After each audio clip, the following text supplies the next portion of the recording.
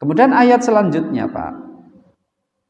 Ala ketahuilah, wahai orang-orang kafir Quraisy Mekah, innahum sesungguhnya kalian yasnuna memalingkan yasnuna menundukkan sudurahum dada-dada kalian liyastakhfu karena kalian ingin sembunyi minhu dari Allah Subhanahu wa taala. Ala ketahuilah, khina yastaghsyuna ketika kalian menutup diri kalian siyabahum dengan pakaian selimut-selimut kalian. Ya'lamu Allah mengetahui ma yusirruna apa yang kalian sembunyikan di dalam hati kalian, wa ma yu'linuna dan apa yang kalian tampakkan dalam perbuatan maupun ucapan. Innahu sesungguhnya Allah alimun zat yang mengetahui bidzatis sudur terhadap apa-apa yang terbersit di dalam hati kita. Ayat ini Pak menjelaskan tentang kebodohan orang kafir Quraisy saat itu, Pak. Orang kafir Quraisy itu, Pak, ketika ngelakoni dosa, mengucapkan dosa, ngomongan dosa, perbuatan dosa itu, dia menundukkan dadanya, Pak. Ya, dia menundukkan dadanya, nunduk begini. Ya. Mereka berkeyakinan kalau mereka berbuat maksiat sambil menunduk begini, itu mereka berkeyakinan Allah tidak mengetahui. Allah ngerti. Jadi nek nglakoni apa-apa ya pokoke anggere mereka menundukkan gitu, Pak. Menundukkan dada gitu, ditunduk gini berarti Allah enggak tahu. Kemudian dijawab oleh Allah. Allah itu tahu. Khina yastaghsyuna thiyabahum ya'lamu ma yusirruna wa ma yu'linun. Jangankan kalian hanya menundukkan dadamu, membungkuk. Jangankan kamu membungkuk. Yastaghsyuna thiyabahum, kalian menutup diri kalian dengan selimut kalian yang tebal. Allah pun tahu apa yang kamu lakukan di dalam selimut itu. Allah akan tahu.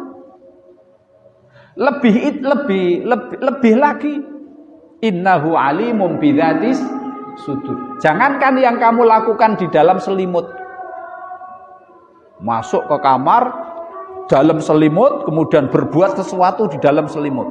Naudzubillah, Pak ya. Mbo zina, mbo apa, mbo ngombe khamr, mbo apa. Allah tahu.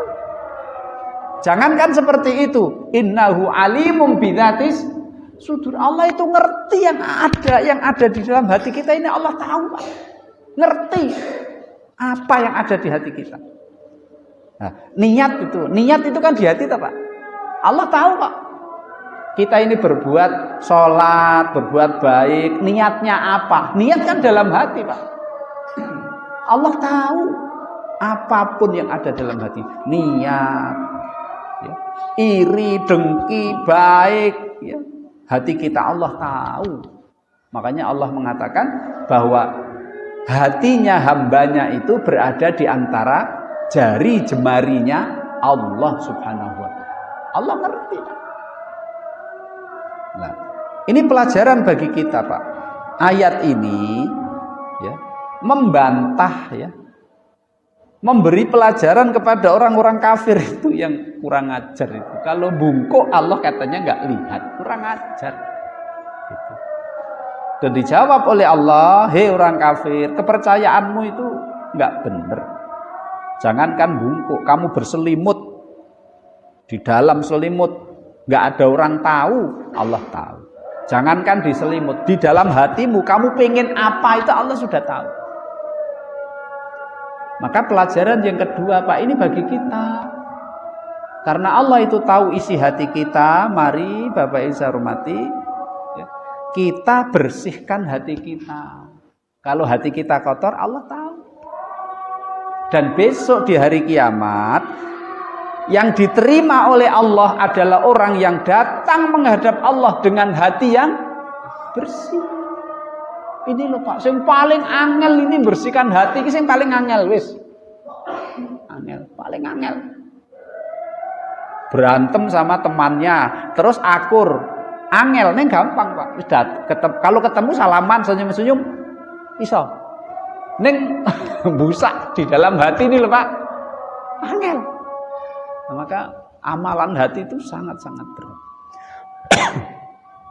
Ya, maka Allah Subhanahu wa taala berfirman dalam surat Asy-Syu'ara ayat 88 89, yaumala yanfa'u malu wala banun illa man atallaha biqalbin salim. Kita semuanya akan menghadap Allah dan yang diterima oleh Allah itu datang membawa hati yang bersih. Makanya mari Pak ya, kita sama-sama membersihkan hati kita dari apa? Dari syirik, bergantung kepada selain Allah, minta pertolongan kepada selain Allah, menganggap selain Allah ada yang hebat sama mahanya seperti Allah. Itu syirik. Dan juga mari Pak ya, kita bersihkan dari sombong kepada Allah, sombong kepada manusia.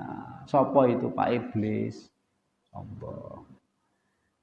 Kemudian kita bersihkan lagi dari sifat-sifat rakus terhadap dunia, tergoda dengan dunia, menjadikan dunia ini tujuan satu-satunya sampai lupa kalau kita nanti akan mati dan akan dihisab, akan diberi balasan di akhirat.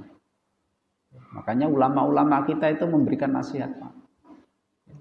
Penyebab kerusakan manusia itu adalah cinta dunia. Wis nomor 1, terpesona dengan dunia, tertipu dengan dunia, cinta dunia. Wis Pak. Sing asale iman maleh murtad gara-gara dunia. Atau Pak Ibu gitu. Yang tadinya itu akur, sesama saudara akur, akhirnya sesama saudara padu gara-gara dunia. Makanya dunia ini enggak boleh Pak ya dijadikan tujuan utama.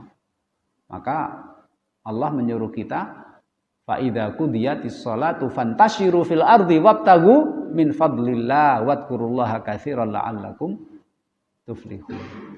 Kita disuruh untuk mencari rezeki, mencari dunia. Carilah dunia.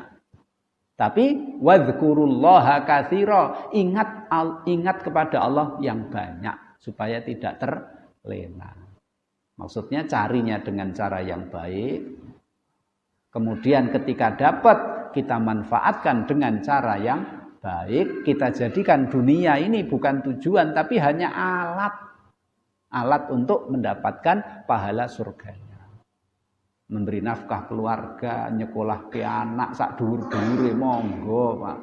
Nggo zakat, nggo sedekah, nggo infak, wis pokoke harta itu jangan sampai dimasukkan dalam hati, ditaruh di saku saja atau di dompet saja atau di rekening aja Pak.